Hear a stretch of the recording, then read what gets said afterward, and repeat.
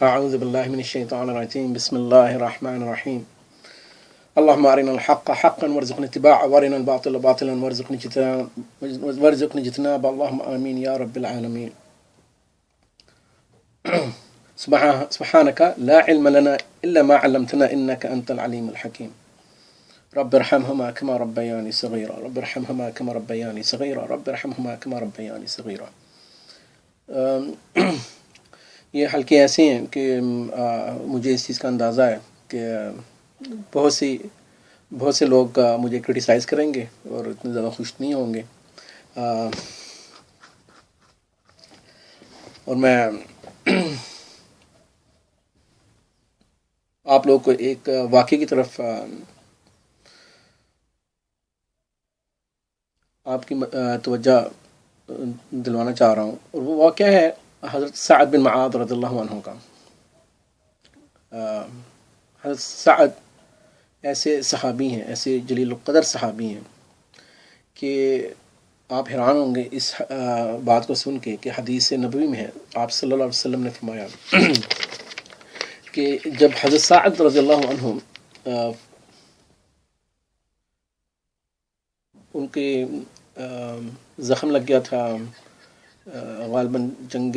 خندق میں، اور ان کے ہاتھ کی رگ میں زخمی ہو گئے، اور وہ ان کی جو موت تھی، شہادت تھی، وہ اسی وقت نہیں ہوئی بلکہ اس کے بعد جب بنی قریظہ کا یہود جو بنی قریظہ کے تھے ان کے بعد، ان کے فیصلے کرنے کے بعد ان کی شہادت اللہ تعالیٰ نے قبول فرمائی۔ اور آپ اللہ تعالیٰ فرماتے ہیں، آپ سب نے فرمایا کہ صحیح مسلم اور صحیح جامع ترمذی میں ہے کہ جب حضرت سعد بن معاذ کی موت واقع ہوئی تو رحمان کا عرش ہل گیا، اور منافقین نے جب ان کا جنازہ اٹھایا ہوا تھا، یا لوگوں نے جب جنازہ اٹھایا ہوا تھا، تو وہ ایسے محسوس کرتے تھے، منافقین آپس میں باتیں کرتے تھے، حیران ہوتے تھے، اور وہ لوگوں نے یہ باتیں کی کہ جنازہ ایسا ہے جیسے اٹھایا گیا ہوا ہے، اور اس کا پتہ نہیں چل رہا کہ اٹھایا بھی ہوا ہے کہ نہیں، اتنا ہلکا تھا۔ تو پھر آپ صلی اللہ علیہ وسلم نے ان کو بتایا، جامع ترمذی کی حدیث میں ہے کہ یہ اصل میں اللہ کے فرشتوں نے ان کا جنازہ اٹھایا ہوا تھا، جو آپ لوگ کو اس کی جو ویٹ ہے وہ فیل نہیں ہو رہا تھا۔ ان کی ایک ایسے فیصلے کی طرف میں آپ لوگوں کو یہ چیز بتانا چاہ رہا ہوں کہ اگر آپ کو حق کی خاطر، یہ ضروری نہیں ہے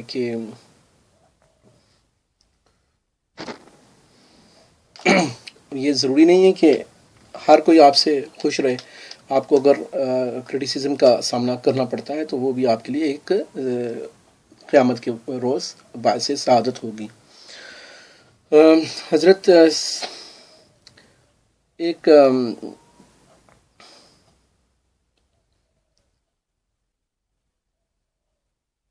قلعہ تھا جس میں یہ بنی قریظہ لوگ محصور ہو گئے، اور کیونکہ ان لوگوں نے مسلمانوں کے خلاف جنگ خندق میں اور اس سے پہلے بھی سازشیں کرتے تھے، اور یہ نقصان پہنچانے کے چکر میں تھے کہ یا ہم مسلمانوں کو مدینے کے اوپر اٹیک کریں گے، یا جو لوگ اٹیک مکے سے کریں گے، حملہ آور ہوں گے، ہم ان کی چھپ کے مدد کریں گے۔ اور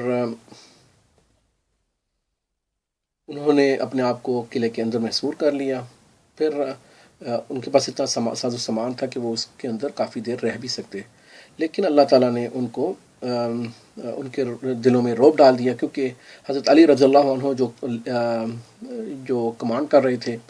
تو ان کو جوش، کیونکہ حمزہ رضی اللہ عنہ وہ ریسنٹلی شہید ہوئے تھے، اور انہوں نے یہ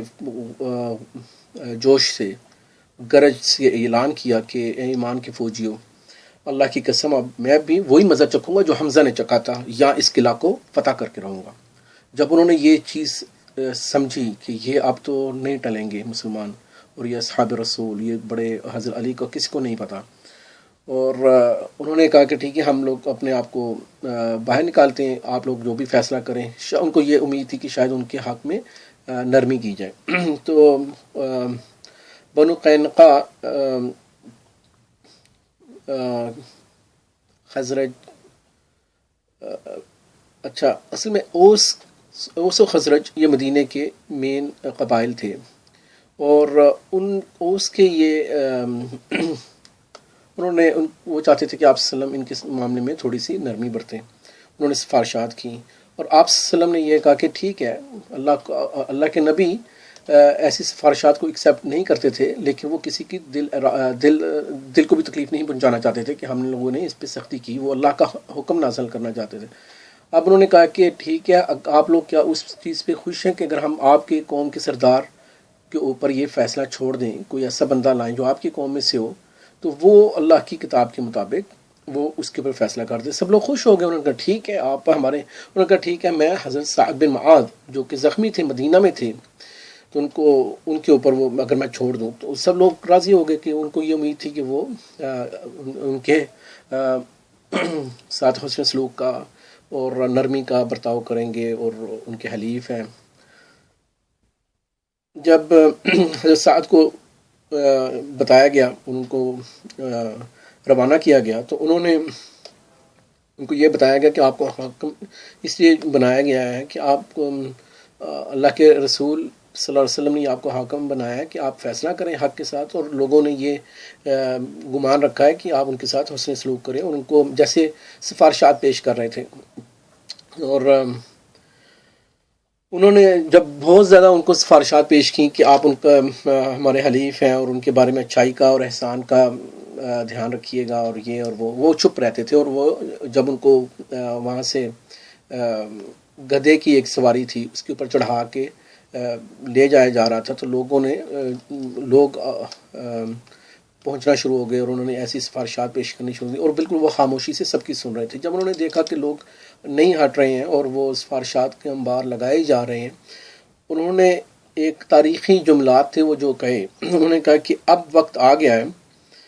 کہ سعد کو اللہ کے بارے میں کسی ملامت کرنے والے کی ملامت کی کوئی پرواہ نہیں رہی. اصل میں یہ قرآن پاک کی آیت کی بھی ٹکڑا ہے، لومۃ لائم،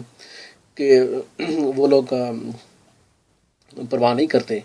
اگر کوئی کرٹیسزم بھی آپ کو. انہوں نے جب یہ بات کہی کہ ابھی مجھے کسی کرٹیسزم کی بھی کوئی پرواہ نہیں رہی، تو یہ بات سن کے تم کو سب لوگوں کو سمجھ میں آ گئی، اور بلکہ کئی لوگوں نے تو اعلان کر دیا، وہ وہاں پر بھی نہیں گئے، انہوں نے واپس آ کے مدینے میں اعلان کر دیا کہ جو قیدی ہیں ان کو وہ ان کی موت کا اعلان کر دیا. بہرحال جب حضرت سعد کو وہاں تک پہنچایا گیا تو آپ سلم نے کہا کہ وہ زخمی تھے. آپ سلم لوگوں سے کہا کہ اپنی سردار کی طرف بڑھو. تو انہوں نے جو لوگ تھے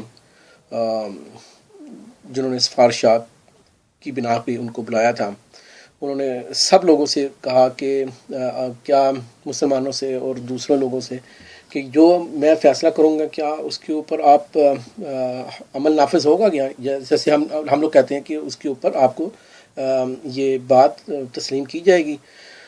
تو انہوں نے کہا جی ہاں، ہم تسلیم کریں گے. پھر انہوں نے دوسرے لوگوں کو طرف پوچھ کے انہوں نے کہا کہ میرے فیصلے کی یہ تعمیل ہوگی. انہوں نے بھی کہا ہاں ہوگی. اب انہوں نے آپ صلی اللہ علیہ وسلم کی طرف تو چہرہ مبارک نہیں کیا، یہ تھی اصل میں رسپیکٹ، ایکسٹریم رسپیکٹ، کہ وہ تائید چاہتے تھے کہ اللہ کا حکم نافذ ہو جائے. تو انہوں نے آپ صلی اللہ علیہ وسلم کی طرف چہرہ مبارک تو نہیں کیا، چہرہ مبارک کرنے کے بغیر ہی انہوں نے کہا کہ یہاں پہ جو آپ صلی اللہ علیہ وسلم کی طرف اشارہ کرتے ہوئے کہ یہ جو ہیں یہاں پہ جو آپ ہیں یا یہاں پہ جو ہیں کیا یہ بھی میری بات کی تنفیذ کریں گے؟ تو انہوں نے کہا کہ جی ہاں، آپ کا فیصلہ قبول کیا جائے گا. تو انہوں نے یہ ایک فیصلہ کیا کہ مردوں کو تو قتل کیا جائے، سب مردوں کو، عورتوں اور بچوں کو قید کیا جائے، اور اموال اور جو ان کے مال ہے وہ تقسیم کیے جائیں. آپ صلی اللہ علیہ وسلم نے فرمایا کہ یہ وہی فیصلہ ہے جو اللہ تعالیٰ نے 7 آسمانوں پہ اللہ تعالیٰ نے کیا تھا، اور یہ سعد بن معاذ نے وہی فیصلہ کیا. اور ہمیں پتہ ہے کہ حضرت سعد کی وفات کے بعد آپ صلی اللہ علیہ وسلم، حضرت عمر اور حضرت ابو بکر وہ کس طرح خیمے میں روئے تھے. السلام علیکم.